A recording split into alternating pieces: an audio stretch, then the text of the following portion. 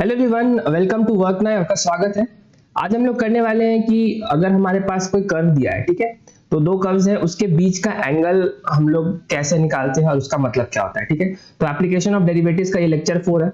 तो इसमें हम लोग स्टार्ट करते हैं with the very first thing, that is का मतलब क्या है। ठीक है, meaning of angle between two curves. तो एंगल बिटवीन टू कर्व्स का क्या मतलब होता है, तो हम लोग डायरेक्ट जंप करेंगे। तो अगर एंगल हम लोग को पूछा जाए, that is angle between two curves is actually nothing but the angle between their tangents, ठीक है, at the point of intersection। सबसे पहले आप ये डेफिनेशन को अपने माइंड में क्लियर कर लीजिए। डेफिनेशन क्लियर करने का मतलब क्या है कि मान लीजिए हमारे पास दो कर्व्स है, ठीक है, हमारे पास X Y Cartesian coordinate system है और हम लोग के पास कोई भी दो कर्व हो सकता है, एक ऐसा कर्व हो सकता है और एक ऐसा कर्व हो सकता है। तो इसका पॉइंट ऑफ इंटरसेक्शन हमें यहाँ दिख रहा है, राइट, कर्व ए और कर्व बी का। इसको हम लोग लेट से कर्व ए बोलते हैं, कर्व बी बोलते हैं इसको। तो इसके इस पॉइंट पे आप एक टेंजेंट डालेंगे, ये बी का टेंजेंट हो जाएगा, और उस तरह से ए का भी अपना एक टेंजेंट होगा जो उसको सिर्फ और सिर्फ इस पॉइंट पे टच करेगा। तो इन दोनों के बीच का जो एंगल होता है ना, थीटा, इसी थीटा को बोलते हैं हम लोग क्या, एंगल बिटवीन टू कर्व्स। समझ में आया? ठीक है, इजी। तो इसको हम लोग निकालेंगे, कैसे निकालते हैं उसके लिए मैं आपको एक ताजा ताजा स्कीमेटिक बनाता हूं और आपको डिराइव करके दिखाता हूं कि इसका मतलब एक्चुअली क्या होता है। लेट्स से, ठीक है, अगेन हम लोग एक Cartesian coordinate system x y consider करेंगे जहां पे हमारे पास दो कर्व्स होंगे, ठीक है, कर्व ए और कर्व बी। तो इसको हम लोग आराम से जल्दी से ड्रॉ कर लेते हैं कि हम लोग का एक कर्व हमारा ऐसा आ रहा है और एक कर्व हमारा ऐसा आ रहा है। ठीक है, इजी। इसको हम लोग कर्व ए बोल सकते हैं, इसको हम लोग कर्व बी बोल सकते हैं, हमारी मर्जी। ठीक है, इसका पॉइंट ऑफ इंटरसेक्शन क्या है गाइस, यहाँ है, ये पॉइंट ऑफ इंटरसेक्शन है। तो इस पे हम लोग को दो टेंजेंट खींचना होगा। एक टेंजेंट होगा जो बी पे बेसिकली कर्व बी पे टेंजेंट बनेगा, इसको हम लोग लेट से यहाँ पे टेंजेंट 2 नाम देते हैं क्योंकि बी पे कर्व पे डाले। उसे से हम लोग एक कर्व पे भी हम लोग एक टेंजेंट डालेंगे तो उसका कुछ ऐसा हम लोग का स्कीमेटिक आएगा। इसमें किसी को कोई डाउट यहाँ तक? ठीक है, ये बेसिकली क्या है, ये टेंजेंट 1 है, this is a straight line, और ये क्या है हमारे पास, ये हमारे पास टेंजेंट 2 है, which is again a straight line. तो इनके बीच का जो एंगल होता है ना, इनके बीच का एंगल को हम लोग थीटा बोल देते हैं। और वही क्या होता है, theta is nothing but the angle between two curves. ठीक है, which is again nothing but the angle between their tangents at what point of intersection। POI में लिख रहा हूं, आप लोग समझ जाएंगे, पॉइंट ऑफ इंटरसेक्शन। तो हम लोग को थीटा निकालना, तो थीटा की वैल्यू क्या होगी, ठीक है, ये इसको हम लोग निकालते हैं। तो अगेन इसके लिए हम लोग को दो इंपॉर्टेंट और कॉन्सेप्ट्स का ध्यान देना होगा। स्लोप का हम लोग यूज करेंगे, स्लोप कैसे करते हैं वो हम लोग ध्यान से देखेंगे। ठीक है, मैं एक्स एक्सिस फिर से ड्रॉ कर रहा हूँ गाइस, आप लोग ध्यान से देखिए। यहाँ पे इसका एक्स एक्सिस है, यहाँ पे वाई एक्सिस है, यहाँ पे 0 है। ठीक है, तो अगर हम लोग ये लाइन नंबर 1 की बात करें, टैंजेंट T1 की बात करें, तो ये थीटा हम लोग को पता होगा। थीटा क्या है, ये this is known as, let's say हम लोग इसको थीटा 1 बोलते हैं। ठीक है, और इसको ये जो एक्स जो बेसिकली जो टैंजेंट T2 है, T2 एक्स एक्सिस के साथ जितना एंगल बना रहा है उसको हम लोग थीटा 2 बोलते हैं। ठीक है, तो हमारे पास बेसिकली थीटा 2 और थीटा 1 की इंफॉर्मेशन स्टार्टिंग में ही प्रोवाइडेड रहेगी। ठीक है, दैट इज व्हाट बेसिकली हम लोग को पता है कि tan ऑफ थीटा 1 अगर हम लोग देख लें, अगर इस लाइन का basically what is tan of theta 1, इस लाइन का टेंजेंट T1 का जितना एंगल बना रहा है वो एक्स एक्सिस के साथ काउंटर क्लॉकवाइज डायरेक्शन में, दैट इज थीटा 1, उस पे हम लोग tan लगा देंगे, ट्रिगोनोमेट्रिक एंगल। तो वो क्या बन जाएगा, वो बन जाएगा slope of T1, that is slope of line T1, right. हम लोग को स्लोप का डिफिनेशन क्या पता है, स्लोप का डिफिनेशन होता है कि tan of the angle that is traversed by that straight line with respect to positive x axis in anti-clockwise direction। कहने का मतलब अगर हमारे पास कोई भी लाइन है, ठीक है, तो उसका हम लोग को स्लोप निकालना होगा, तो आपको उस लाइन को पहले x एक्सिस तक पूरा एक्सटेंड करिए और उस पॉइंट पे बेसिकली आप क्या करेंगे, एंटी क्लॉकवाइज सेंस में एंगल नोटिस कर लेंगे। तो ये जितना एंगल होगा, थीटा हो सकता है, अल्फा हो सकता है, तो इसी का tan ऑफ अल्फा क्या होता है, स्लोप ऑफ दैट लाइन होता है। ठीक है, इसको हम लोग लेट से m1 से डिनोट करते हैं। उसी तरह से tan ऑफ थीटा 2 भी हम लोग को पता होगा, this is what, this is slope of T2, इस लाइन का स्लोप होगा, राइट, थीटा 2, जिसको हम लोग m2 डिनोट कर सकते हैं, राइट। और हम लोग को निकालना क्या है, हम लोग को निकालना है कि थीटा क्या होता है, राइट। तो अगर हम लोग इस ट्रायंगल की बात करें, इसको हम लोग से पॉइंट दे देते हैं O, इसको हम लोग बोलते हैं C, इसको हम लोग बोल देते हैं P, इसको हम लोग बोलते हैं Q। ठीक है, just for our reference for the moment इसको हम लोग P बोलते हैं, इसको हम लोग Q बोलते हैं, ये हम लोग को अच्छा लग रहा है तो इसको हम लोग R कर देते हैं। ठीक है, तो इन ट्रायंगल PQR में आप ध्यान से देख के बताएंगे क्या हमारे पास θ1 थीटा प्लस θ2 होके आएगा?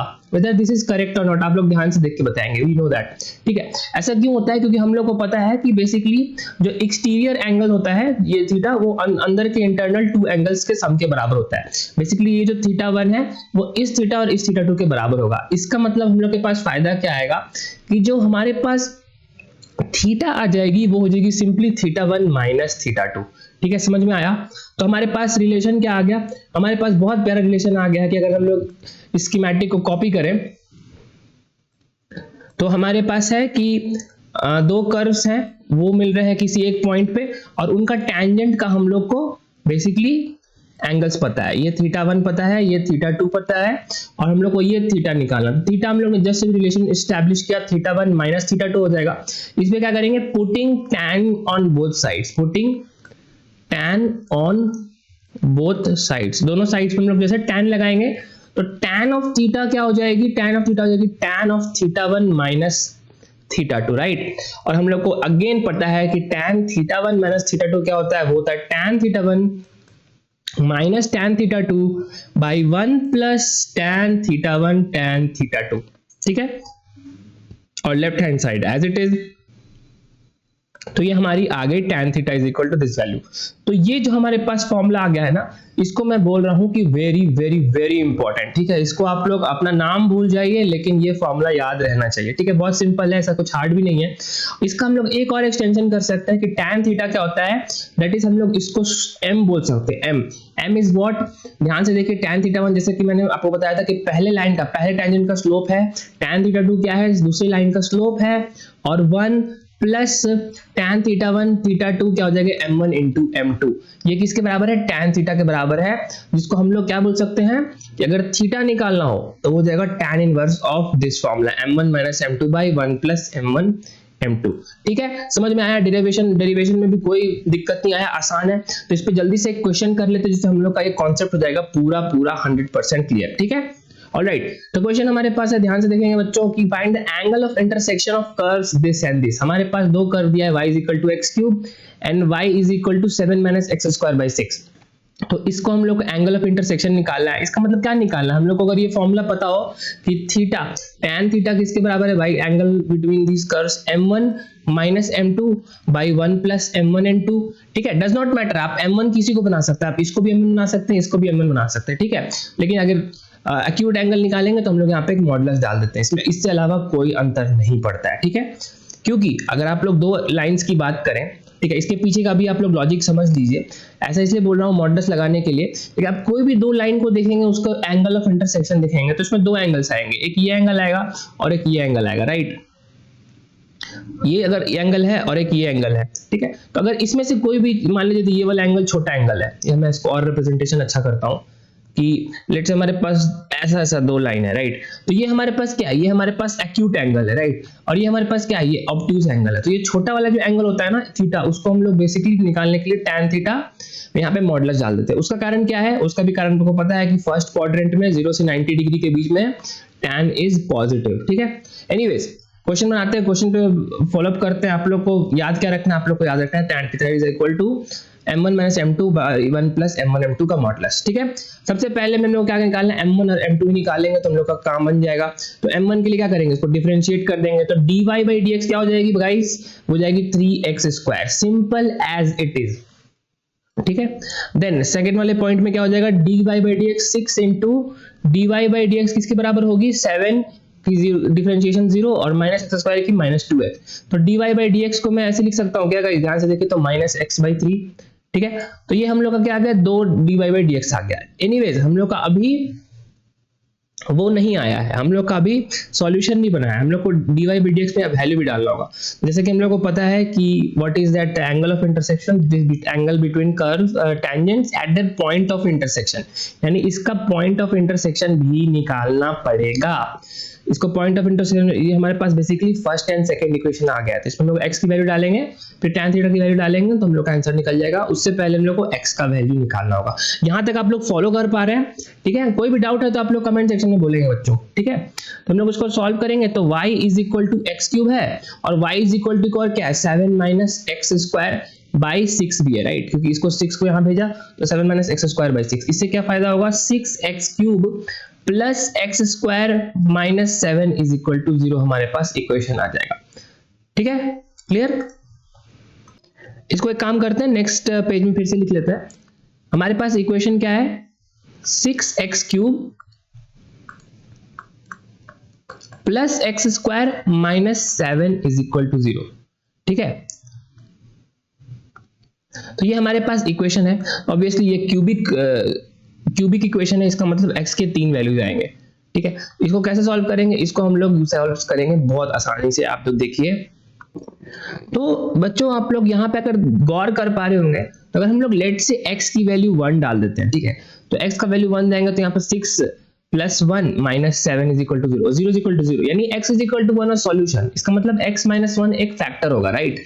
तो इसी तरीके से हम लोग इसको थोड़ा सा फैक्टराइज करेंगे, क्योंकि अनलाइक क्वाड्रेटिक में हमारे पास फॉर्मूला है minus b plus minus root over b square minus 4ac/2 है, लेकिन क्यूबिक को सॉल्व करने का ऐसा कोई क्यूबिक फॉर्मूला नहीं है, राइट। उसको हम लोग फैक्टराइजेशन से, हिट एंड ट्रायल ऐसे मेथड करके ही सॉल्व करते हैं, ठीक है, एटलीस्ट मैन्युअली।